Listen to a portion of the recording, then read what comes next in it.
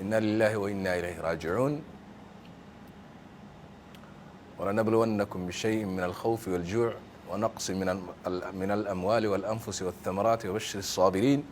الذين إذا أصابتهم مصيبة قالوا إنا لله وإنا إليه راجعون إنا لله وإنا إليه راجعون. waxaan halkan tacsi uga dirayaa dhammaan shuhadadii ku baxday gacanta kuwa aan ugu yeeri karno inay yihiin abnaa'u jahannam ama ciyaalkii naarta kuwa ay yihiin. waxaa kaloo oon runtii ilaahay subxaanaه wa tacaala u weydiinaynaa inuu u boogadhayo inta ku dhaawacantay dadka soomaaliyeed, inta ku dhimatay weerarkii ay soo qaadeen abnaa'u jahannam. waa shuhado ilaahay idankiis, waxaana ilaahay u baryaynaa inuu ilaahay u aqbalo shahaadadooda. qoysaskii iyo qaraabadii ay ka geeriyoodeenna waxaan leenahay samri iyo iimaan allah idinka siiyo. waxaan idinla wadaagaynaa xanuunka, waxaan idinla wadaagaynaa murugada iyo tiiraanyada. kuwa dhaawacmayna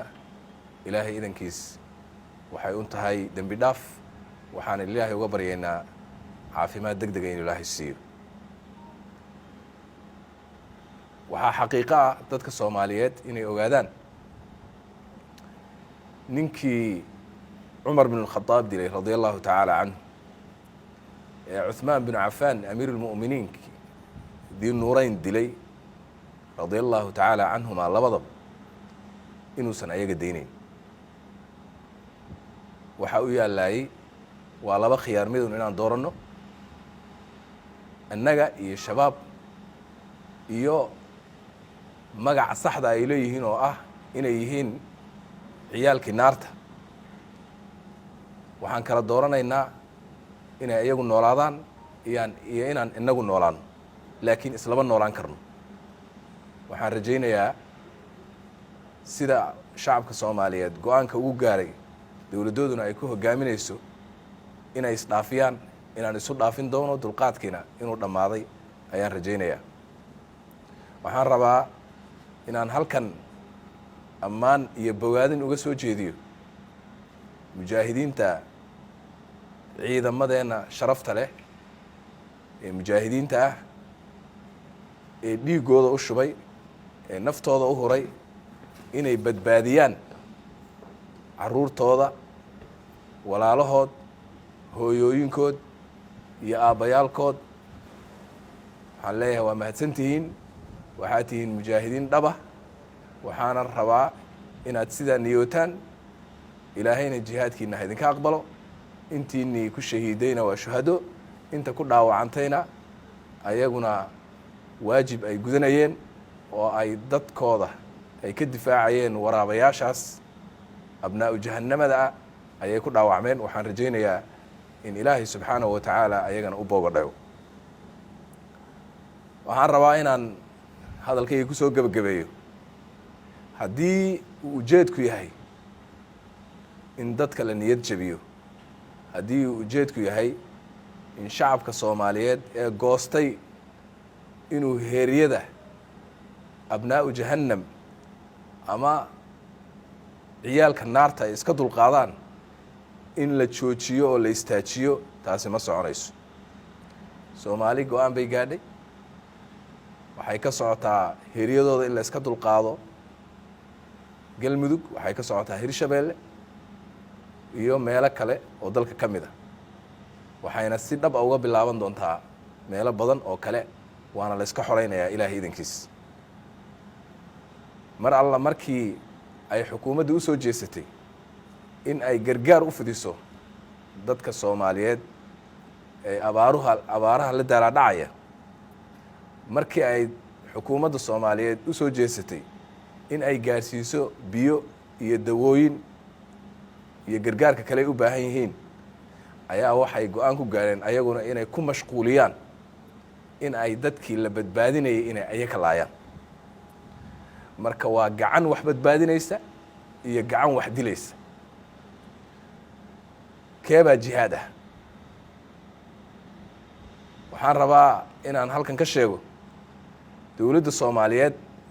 xukuumadda Soomaaliyeed waxaa saaran mas'uuliyad ayadoo gudanaysa mas'uuliyadaas dadkeeda ka saaran waxaan booqday isbitaalada waxaanan amray in la qaado oo dibadda lagu soo daweeyo dadka